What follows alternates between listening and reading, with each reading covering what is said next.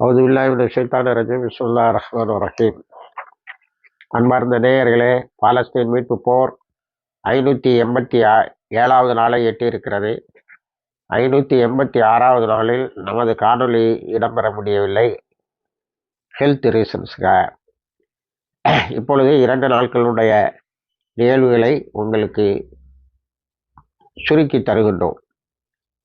586வது நாளை உலக நோக்கர்கள் Sinwar revenge டே என்று சொல்லுகிறார்கள். சின்வரை மையமாக கொண்டு நடத்திய பழிக்கு பழி என்றும், கேட்ஸ் ஆஃப் ஹெல் ஆம்புஷ், நரகத்தின் வாசல் என்ற பெயரில் நடந்த ஆம்புஷ். மொத்தத்தில் 6 திடீர் தாக்குதலை நடத்தியிருக்கிறார்கள். 75 இஸ்ரேலிய இராணுவத்தினர் அழிந்திருக்கிறார்கள். அதில் இப்பொழுது ட்ரம்புடைய பல்வேறு வார்த்தைகளும் வந்து கொண்டிருக்கக்கூடிய நேரத்தில் நமது நேயர்கள் எல்லோரும் ஒருமித்த குரலில் சவுதியையோ அல்லது அங்கு நின்று கொண்டு ட்ரம்ப் கொடுக்கக்கூடிய வார்த்தைகளையோ நாங்கள் நம்பவில்லை என்று சொல்லி இருக்கிறார்கள். ஏனோ நம்பகத்தன்மையை இழந்தது நிச்சயமாக ட்ரம்புக்கு ஒரு பேர் இழப்பு.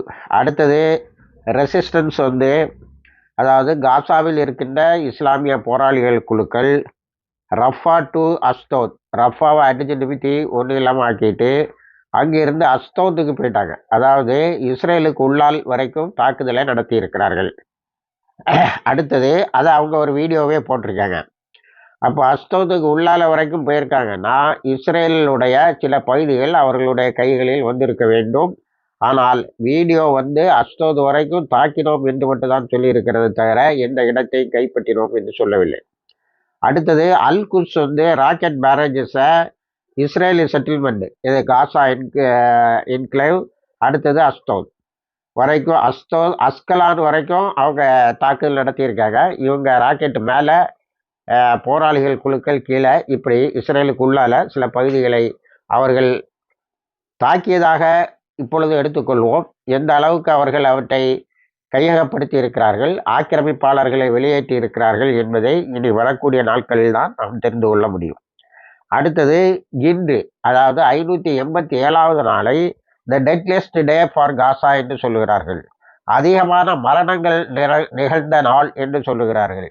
ஆக இஸ்ரேலுக்கு வரக்கூடிய இந்த தகவல்கள் 75 பேர் இறந்தார்கள், ரஃபாவையிலிருந்து எல்லோரையும் விரட்டி அடித்து விட்டு அஸ்தோது வரைக்கும் அவர்கள் வந்திருக்கிறார்கள், அஸ்கலான் வரைக்கும் அவர்கள் அஸ்தோது வரைக்கும் வந்திருக்கிறார்கள், அஸ்கலான் சர்தாயத் வரைக்கும் பாலஸ்தீன இஸ்லாமிக் ஜிஹாதோடைய தாக்குதல் நடந்திருக்கிறது. இப்படி தொடர்ந்து வரக்கூடிய தாக்குதல் செய்திகள் ஒன்று.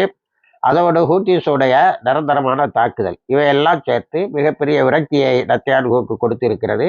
அந்த விரக்தியின் உச்சக்கட்டமாக ட்ரம்ப் இனிமே உன்னோடு நான் பேச மாட்டேன் என்று சொன்னதும் அடங்கும்.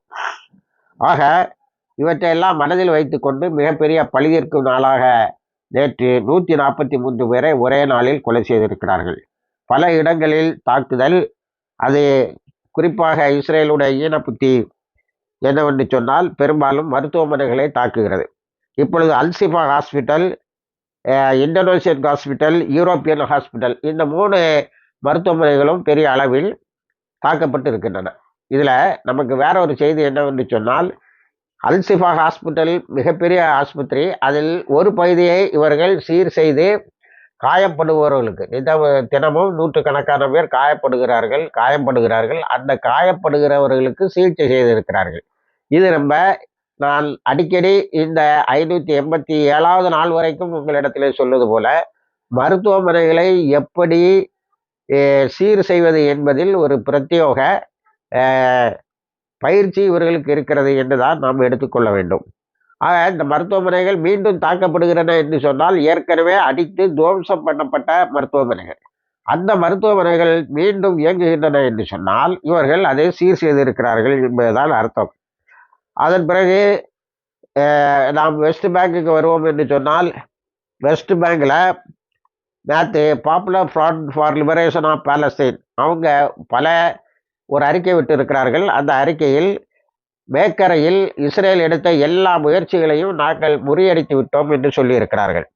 அதே மாதிரி இஸ்ரேலி மீடியாவும் நாங்கள் வரலாறு காணாத ஒரு எதிர்ப்பை மேற்கு கரையில் நேற்று சந்தித்தோம், 201 இஸ்ரேலிய இராணுவத்தினர் காயப்பட்டும் இறந்தும் இருந்தார்கள் என்று சொல்லியிருக்கிறது. ஆனால் அதற்கு பழிதீர்க்கும் பாங்கில் ஜெனில்ல நேற்று பயங்கரமான ரெய்டு, குண்டு வீச்சுதல் இவற்றை நடத்தி பெரும்பாலான மக்களை அங்கிருந்து விரட்டி அடித்து இருக்கிறார்கள். அல் துஃபா பகுதியில் பாலஸ்தீன இஸ்லாமிக் ஜிஹாது மிகப்பெரியதொரு தாக்குதலை நடத்தியிருக்கிறது. 100க்கு குறையாமல் அங்கே காயப்பட்டவர்களும் இறந்தவர்களும் உண்டு. ஆனால் பாலஸ்தீன இஸ்லாமிக் ஜிஹாத் மிக முக்கியமான 5 பேர் ஷஹீதாகி விட்டதாக நேற்று அறிவித்திருக்கிறார்கள். அதுக்கு இன்று ஹமாஸும் இரங்கலை தெரிவித்திருக்கிறது. அவர்களுக்காக துவா செய்திருக்கிறார்கள். இனிமே நாம ஹூத்தீஸுக்கு வந்தால், ஹூத்தீஸ் நேற்று இந்த ஒரு வாரத்தில் இந்த 3 நாட்களில் நாங்கள் 9 தாக்குதலை நடத்தினோம்.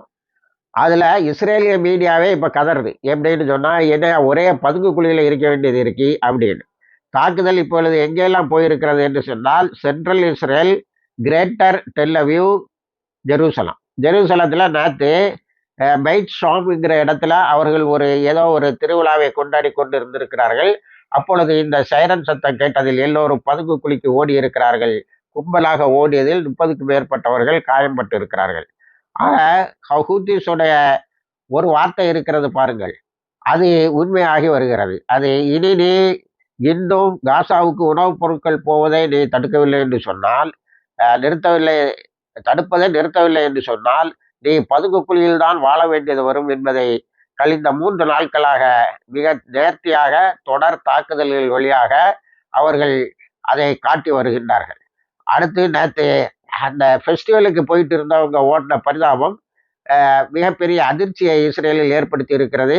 இஸ்ரேலில் உள்ள பல முன்னாள் இராணுவ அமைச்சர்களும் பிரதமர்களும் என்ன சொல்லி இருக்கிறார்கள் என்று சொன்னால், என்னடா இத்தனை நடத்துற, தொடர்ந்து பதுங்கு குழியில இருந்து வெளியில வர முடியல.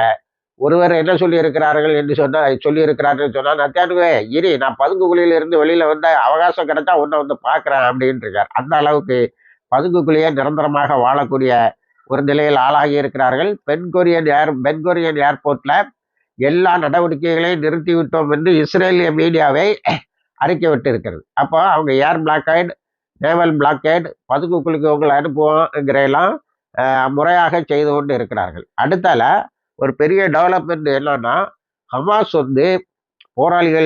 ஹமாஸ் அமெரிக்காவோடு சில ஒப்பந்தங்களை போட்டதில் தெளிவாக நேற்று இருதரப்பாரும் சொல்லியிருப்பது, காசாவுக்கு உணவுப் பொருள் வருவதை உடனேயே கொண்டு வருவதை அமெரிக்கா உறுதி செய்திருக்கிறது என்று சொல்லியிருக்கிறார்கள். எப்படி கொண்டு வருவார்கள், எந்த பாதைகள் வழியாக கொண்டு வருவார்கள் என்பது மட்டும் நமக்கு இன்னும் தெளிவாகவில்லை. ஆனால் இம்மீடியட்லி உடனேயே இந்த வார்த்தை 2 பேரோட, அமெரிக்காவுடைய ஸ்டேட்மெண்ட்லையும் ஹமாஸோடைய ஸ்டேட்மெண்ட்லையும் இருக்கிறது. அடுத்தது நத்தியானுகு ட்ரம்ப் எல்லாத்தையும் கட் பண்ணிட்டேனால விட்காஃபு கூடயும் அமெரிக்காவின் வெளிவிவகாரத்துறை ரூபியோடையும் பேசியிருக்கிறார்.